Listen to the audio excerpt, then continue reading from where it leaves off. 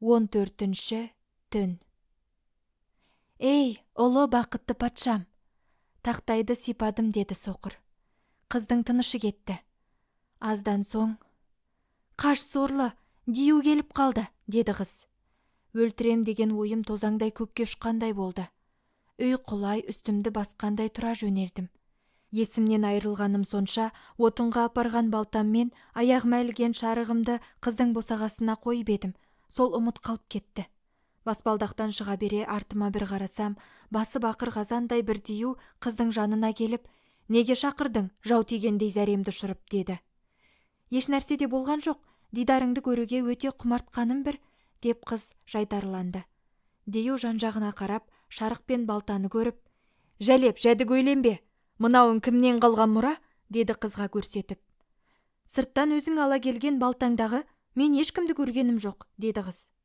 «Сыйқырланба, Жәлеп, алдайтын кісің мен емес», деп қол аяғын ағашқа керіп байлап, жалаңаштап қойып сабай берді.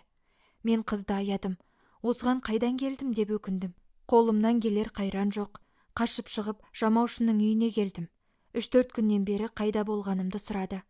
Мен болмаған соң уайым еткенін айтты. Оның маған жаны ашығанына риза болдым. Көшеге шығып отырып едім, қасыма жамаушы келіп, «Дүкенде бір кісі келіп отыр. Қолында сенің шарығың мен балтаң бар. Осыны мешіт жолынан тауып алып едім. Неше күннен бері иесін іздеп таба алмадым. Сұрастырып келіп, осында тұрған бір жігіттің дүниесі екенін естіп, әкеліп бергелі келіп едім. Өзін шақыр деп отыр». Мен оны естіген соң үрейім ұшты. Жел соққан ағаштай қалтырадым. Қашайын деген оймен аяғымды баса бергенде жер қақ жарылып, алдымнан дию шыға келді. Кәдімгі қыздың қасына келген диюдың өзі.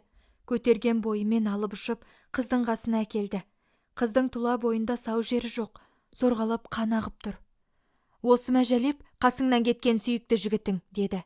Қыз жаны кейіген пішінмен, «Мен мұндай адамды көргенім жоқ», деді. «Олай болса, мына қылышты ал да өлтір осыны», деді.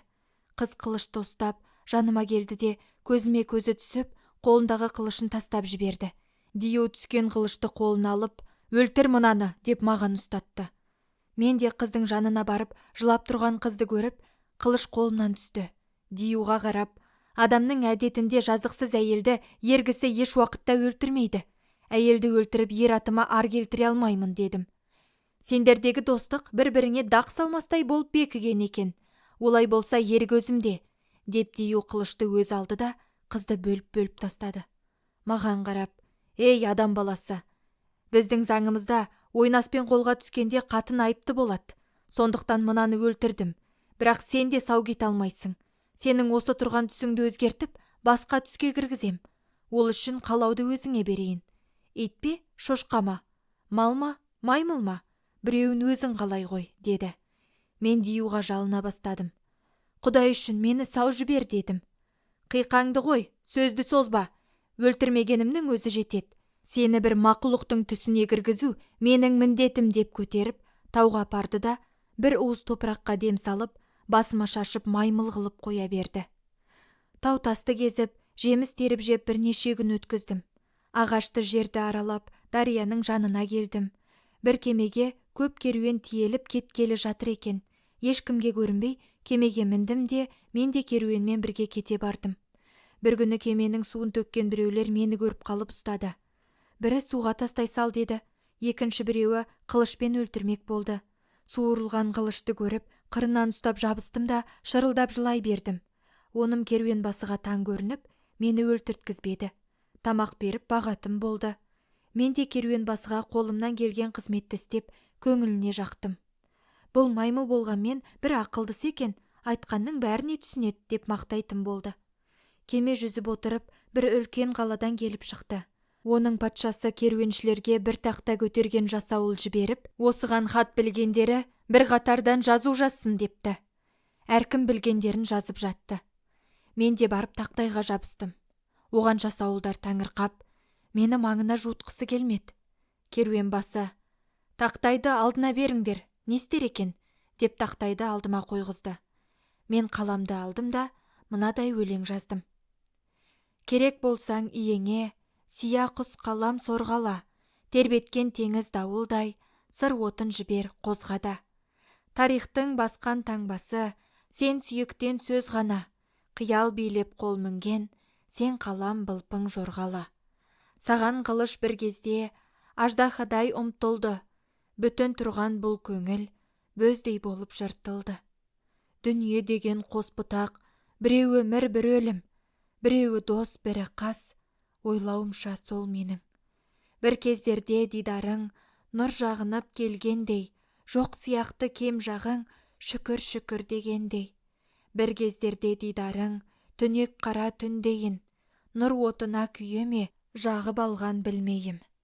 Айта берсең арызғып, сорлы қалам сырың көп, сорғалап сия айтпаса, менің сөйлер тілім жоқ.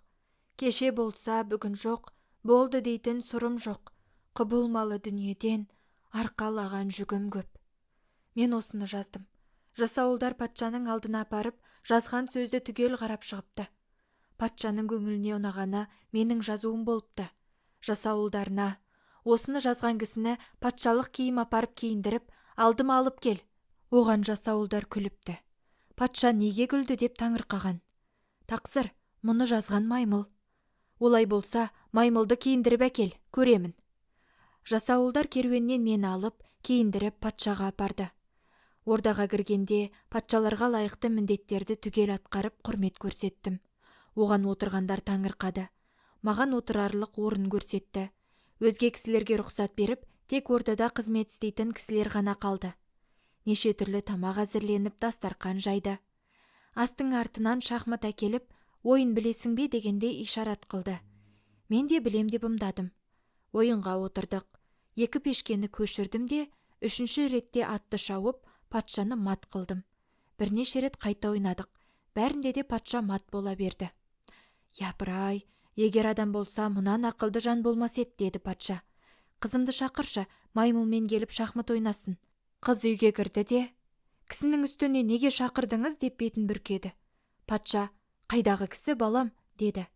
Қызы, маймыл деп отырғаныңыз адам ғой, өзіңіздей бір патшаның баласы, ібліс деген жын сиқырмен маймыл етіпті, деді. Патша, солай ма? Деп сақалының ұшын қайырып тістеп, басын шайқап таңырқады. Патша маған қарап, қызымның айтып отырғаны рас па? Деп ишарат білдірді. Мен растығын білдіріп, патшаға бас иіп, көзіме жас алдым. Әкесі қызына қарап, сен сиқырды кімнен үйрендің, балам? Деді. Қызы, бір сиқыршыдан 270 түрлі сиқыр үйрендім. Оның нашарымен осы қалаңыздың тасын қойқапқа қосып, адамын балық қылып, мұхитқа жіберуге болады, деді. Олай болса, мына маймылды адам қылып бер, өзіме уәзір етейін, деді әкесі қызына. Қызы қабыл етіп, қолына бір пышақ ұстап, жерді тіліп бір нәрсе жазды. Әңгіме осыған жетіп, Шахризада сөзді тоқтатты.